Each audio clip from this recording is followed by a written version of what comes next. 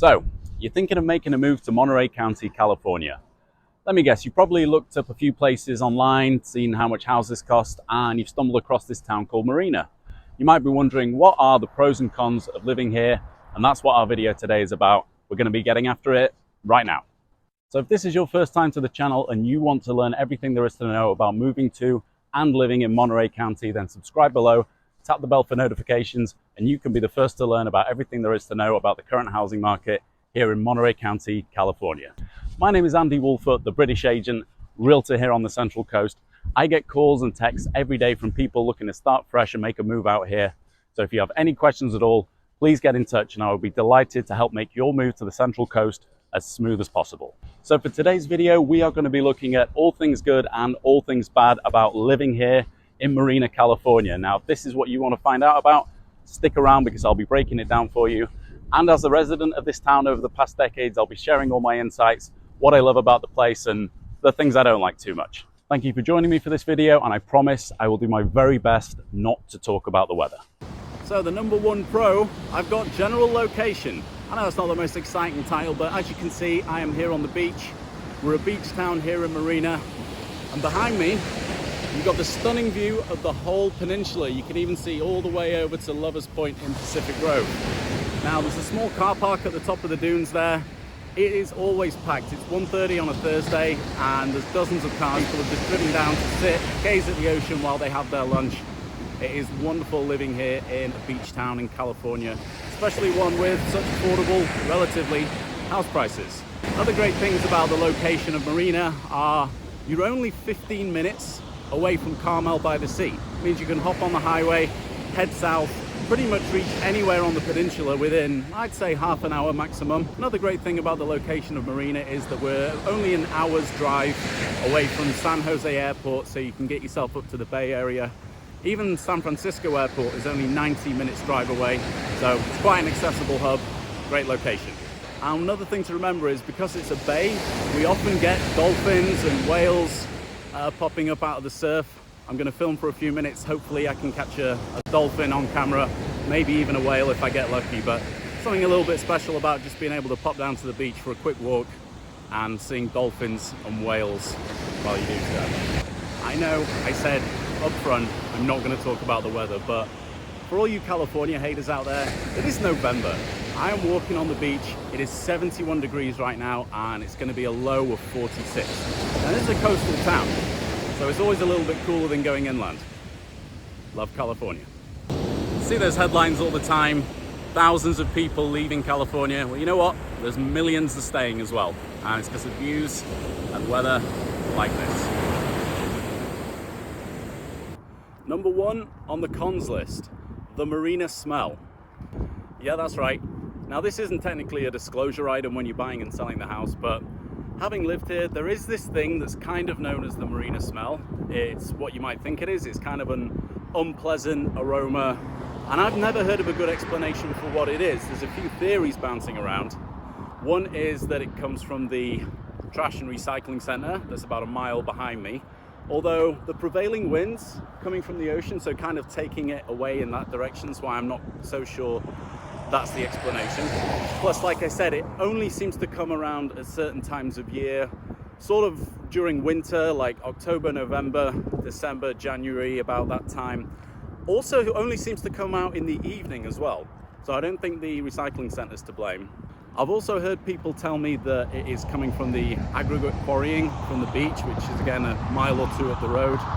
That would work with the wind direction, but again, doesn't explain why it only comes out at certain times of year, so I'm not sure that's it either. And finally, what might be the most likely explanation is that it's a fertilizer smell, something to do with the agriculture. I'm sure you can see we have some fields behind us. But again, I'm not 100% convinced. It's not a particularly strong smell. It doesn't bother me. I can't really describe it. It's semi-unpleasant aroma. You notice it when you step out of your house at night. It's a weird thing, but does it make me regret ever moving to Marina? No, it doesn't. It's not a big deal, and like I say, you're only going to notice it a few times a year. Now, if you're a Marina resident reading this, I would love to get your opinion on what you think the Marina smell could be. Please write in the comments if you have any theories, Even if you live in Marina and you're thinking, what on earth is the Marina smell? I've never heard of this. I live in a neighborhood fairly close to the beach. Now, if you live further inland, maybe the smell doesn't get to you. I don't know, but as far as I know, it's an unsolved mystery. I haven't heard a good explanation so far. Pro number 2, the Marina housing market is relatively affordable compared to the rest of the peninsula. Now, I grew up in Leeds in the north of England in the 1980s. The fact that I'm describing a nearly $1 million house as relatively affordable isn't a sentence I ever thought I was going to say. But housing prices are up, they're probably not going to go down anytime soon, and this is the reality of buying a house in California in 2023. Like I said, the reality is any single family homes for sale in Marina are going to be going either in the 700s or the 800s, depending on the neighborhood. If you can get one with a high square footage, it might creep into the 900s as well. If you're looking for a condo or maybe a small townhouse, there are going to be cheaper options for you. However, there's not really a lot of homes for sale in a town with nearly 25,000 residents. The most homes I've ever seen listed in my 9 years of selling real estate here was 25 active homes at one time. And the lowest I ever saw was a couple of years ago during the mad buying rush of 2021. I think there was just one house actively for sale at one point. So like I say, desirable area, relatively cheap compared to the rest of the peninsula. You're going to get a higher price per square foot than you would in Seaside, Monterey, Delray Oaks. So that's why a lot of people like living in Marina. You get a little more bang for your buck in terms of houses, and you still get a nice place with a good community feel. When I walked out of my front door this morning, I had absolutely no intention of mentioning the Hampton Inn hotel behind me. Now, this opened last year, and the reason it is number 2 on the cons list is because of this horrible garish paint they've used on the outside. I mean, I'm a realtor. We're supposed to have strong opinions about paint, right? Every time I drive past this thing, I kind of get annoyed a little bit, and I just drove past it now, so I had to pull over, add it to the list. I mean, look at this thing. What's the scheme here? White Schrutes shirts. It's like a strong mustard, and then a beige, and then a sort of faded green. I'm not dissing the hotel. I'm sure Hampton Inn is a perfectly reputable chain. I'm sure the service is amazing. This is a brand new building, so it's going to be great inside. But whoever picked the paint scheme, I know what to say. Shame on you. Number 2, the paint for the Hampton Inns.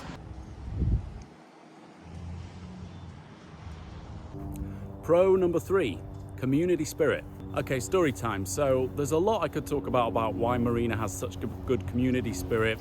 We've got loads of events, we've got a soccer league, everyone always turns out to support those, and maybe I'll do a whole video about them on their own in the future. But what I wanted to talk about today is an incident that happened about April last year. One Saturday afternoon, there was a girl called Emery that disappeared from the park that I'm at now, Windy Hill Park.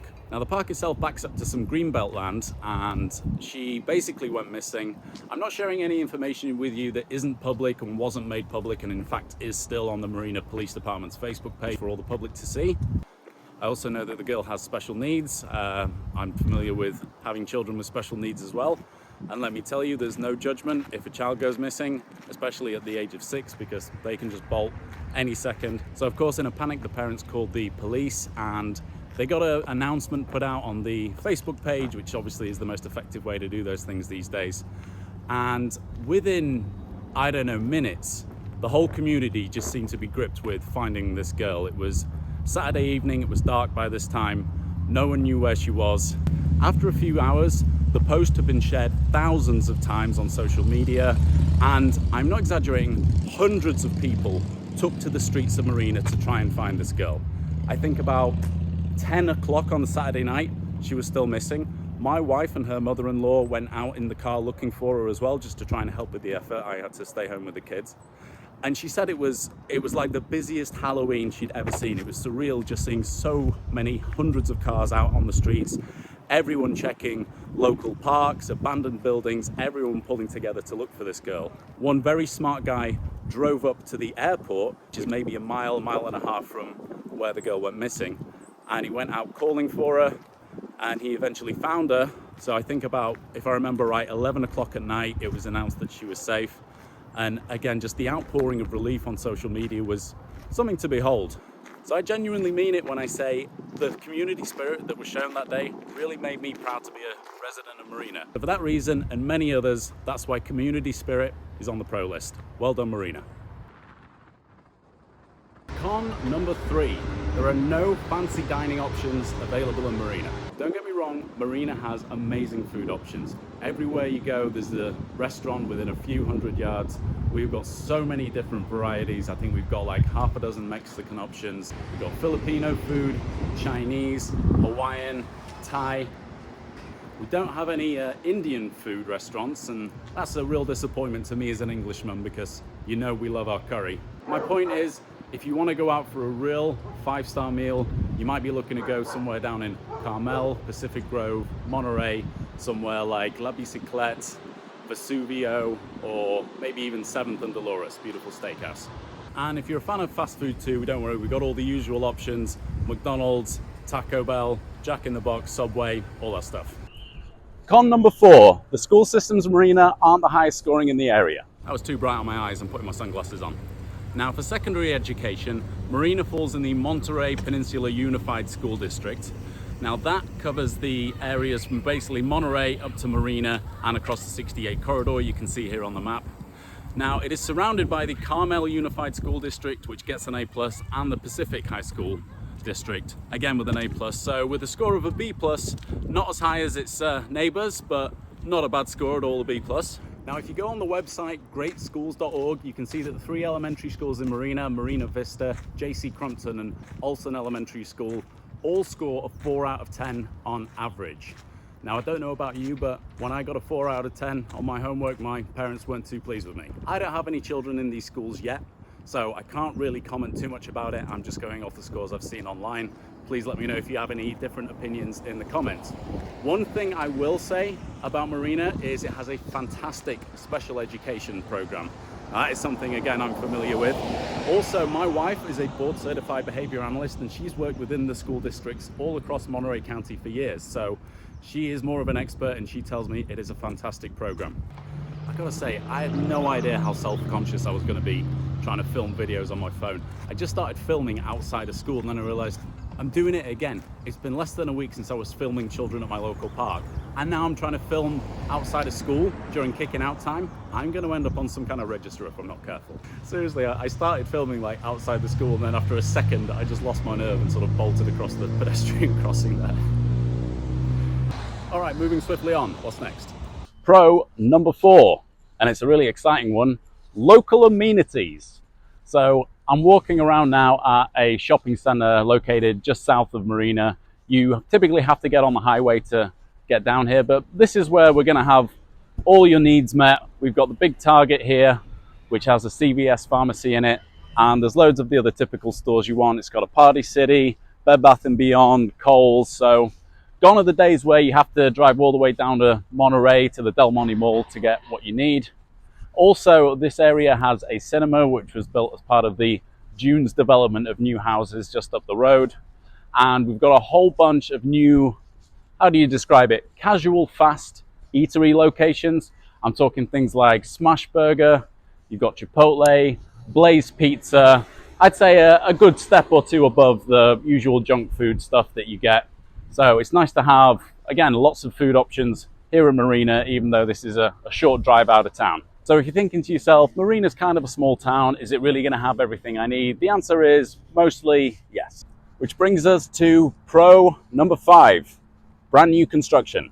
Over the last decade in Marina, we have had 3 new major housing developments spring up. They've added hundreds, if not thousands of properties to the local housing stock. Now, I'm pretty close to the dunes right now, although that is not what is being built behind me. It's by the same developers, Shea Homes. What's behind me is known as the rooftops, and that's hopefully going to be coming on in 2024. I've been told that there will be 80 new units in total being brought online. This includes some single family homes, and it includes, I've been told, a couple of dozen affordable housing units as well. Now, there's some strict qualifying criteria with the county. There's like a sliver of income levels where you can actually afford the payments and still are low enough to qualify for the affordable housing programs. But like I've said before, we are in a housing crisis around here, and anything to increase supply to renters or owners, very welcome by me. Now, as for the price of these new homes, well, the ones that are being sold, they're obviously going to want to get market value for them. That means single family homes with at least 3 bedrooms and a decent square footage. Even if it's a small lot, I can see starting at $1 million and going up from there. Condos and townhomes are probably going to start at least in the 600s. And again, it can go up to the $1 million, depending on the square footage and how many bedrooms and bathrooms. One thing I will say about new construction around Marina, the homes have generally been very high quality builds. I have seen dozens and dozens of home inspections and pest inspections performed on these houses. East Garrison, Sea Haven and the Dunes. There is very rarely anything that needs correcting. Certainly anything major, a couple of minor items, but there you go. Okay, I'm really sorry. I promised I wasn't going to mention the weather, but con number 5, Fogtown.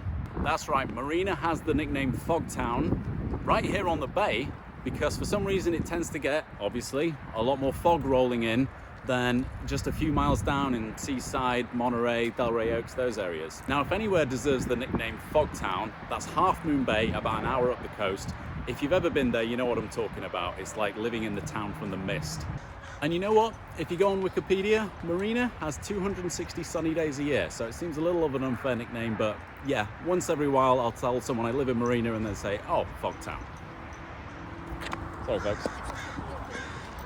So there you have it. There are 5 pros and 5 cons of living in Marina, California. Did I miss out anything important? Do you disagree with anything I've said? Please let me have it in the comments. And remember, if you are moving to Marina or anywhere in Monterey County, California, I get calls and texts every day from people looking to know more about the housing market here. So give me a call, shoot me a text, or send me an email, and I'll promise I'll do everything I can to make your move to the Central Coast as smooth as possible. I'm Andy Woolfoot, the British agent. Thank you for making it to the end of the video. See you on the next one.